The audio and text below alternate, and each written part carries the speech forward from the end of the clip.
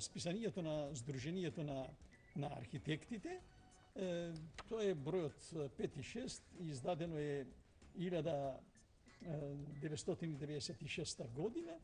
И овдека јас ги ставив моите први истражувачки работи, така и тука под тоа фигурира како истражувачки работи за древна македонската писменост, јазик и култура.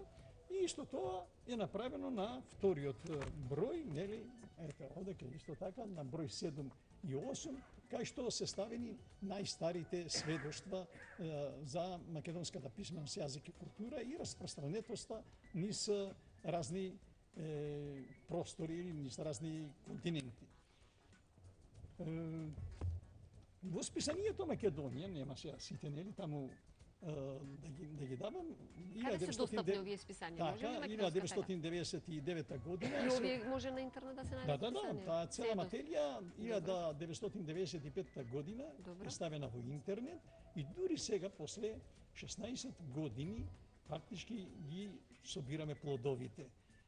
Таа моја веб страница е цитирана од многу научни центри. Значи, таа можете да најдете и материјалот од таму и сите овие работи што сега се објавуваат конкретно и преку вашата телевизија и преку другите телевизии. Тој видеозапис е ставен моментално во YouTube, можете да најдете 87 или 88 некаде видеозаписи, кај што се зборува за македонската писменост, јазик и култура.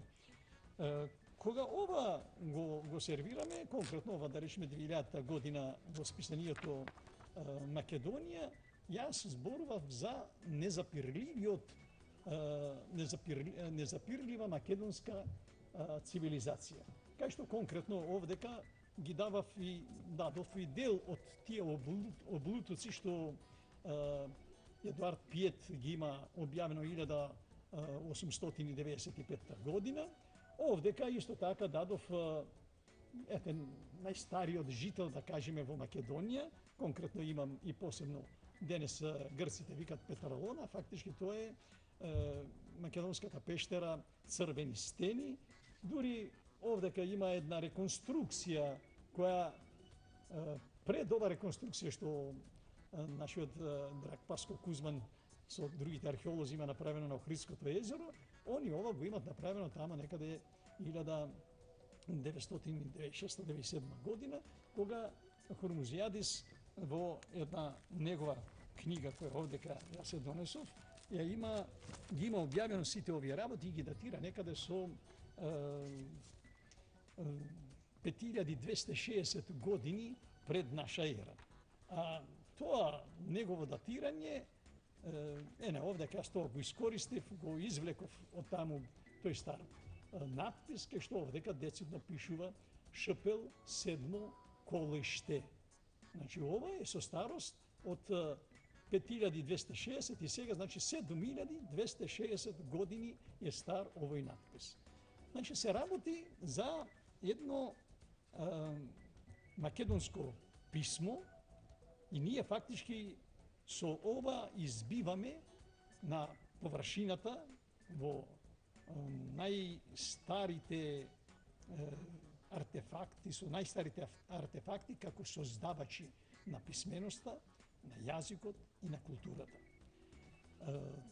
Колку сега сето ова некако може да го сублимирате па да биде достапно во едно издание со сите фотографии каде што се покажуваат артефактите, со објаснувањата, со дешифрирањата на... Тоа е не конкретно овдека, нели, за ова што зборував, Хурмузијавис, то Виспилио Касторијас, енас лимнеос преисторикос и кизмос, значи Хурмузијавис, тој се декларира како професор по преисторија на Универзитетот Аристотел во Солун. Тука е за Дупјак Костурски, една наколно живеалиште, нели, на Костурското езеро, и ова за само да потврдам тоа што сега го покажав, дека овдека е дадено и конкретно тука на грчки не пишува дека со C14 е утврдена староста од 5260 години. Кога зборував за најстариот жител, нели, кој е професорот Драгослав Стрејовиќ во археолошкиот лексикон, го датира некаде со 600.000, 160.000 години пред наша ера. Овдека исто така него тој млад човек, некаде од 25 до 30 години, некој вика дека е машки череп, некој вика дека е женски череп, меѓутоа е череп човечки и тоа на умен човек кој бил исправен, кој размислувал со своја глава. Значи ние исправени и размислуваме со своја глава во Македонија најмалку со 600.000 години. Навистина, значи, бомбардирате со сите овие податоци и некако... Ово зошто го кажам? Па, затоа што во неолитот ние, овдека, благодарејќи на сите овие артефакти што ги имаме, можеме да понудиме конкретни имиња и презимиња на тогашните владетели кои се викале зетовци, да решиме. Значи имаме невеста и имаме зет. Зетот можел да биде и од друго, како што има во подоснежните периоди, конкретно во Осинчани, на еден надпис таму, кој се датира помеѓу 1900 и 900 година, бидејќи тогаш бугарските научници сметат дека се појавиле тракијците, и таму децидно стои: „Ја зет е трак, нејзиниот зет е тракиец“. Меѓутоа, тоа се работи за историско време. Ние сега зборуваме за тој палеолитски континуитет на македонската цивилизација, на македонската писменост, култура, која трае најмалку, рековме, со 100.000 години, или почнува најмалку со 100.000 години од пред нашата ера. Конкретно овдека имаме еден надпис, што би сакал овака да го потенцирам. Тоа е пронајден на она глинена плочка од Градешница, тоа е околу 120 километри северно од Софија, кај што децидно на маргините над основниот текст, кај што има една, можеби најстара форма од една песна кој ден денес во Македонија се пее, децидно стои Пир Македонски. Ова е прв пат да се сретне едно презиме на македонска династија, зашто подосна го имаме Филип II Македонски, Александар III Македонски, Филип V Македонски и така натаму, нели? Александар Македонски кој направил едно огромно царство од 3,8 милиони квадратни километри. Значи тоа македонски кај Филипа и кај Александра датира најмалку од Пир Македонски, кој е со старост, според датирањето на една од извонредните познавачи на неолитот, тоа е професорката Марија Гимбутас, она го датира некаде со 5000 години пред наша ера, без да знаат што таму нели пишува.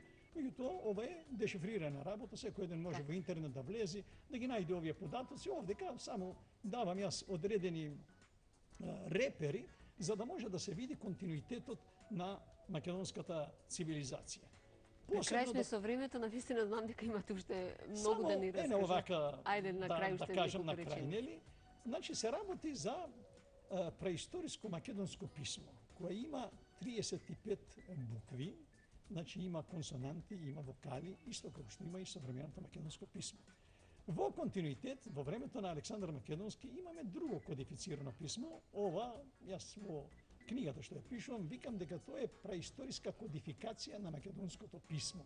Значи, ако вие среќавате на различни локации, ист начин на пишување, со иста азбука, тоа мора да постои одредена кодификација. Значи, мора да постои одредени правила, одреден договор како ќе пишуваме, за да можеме тоа да го читаме.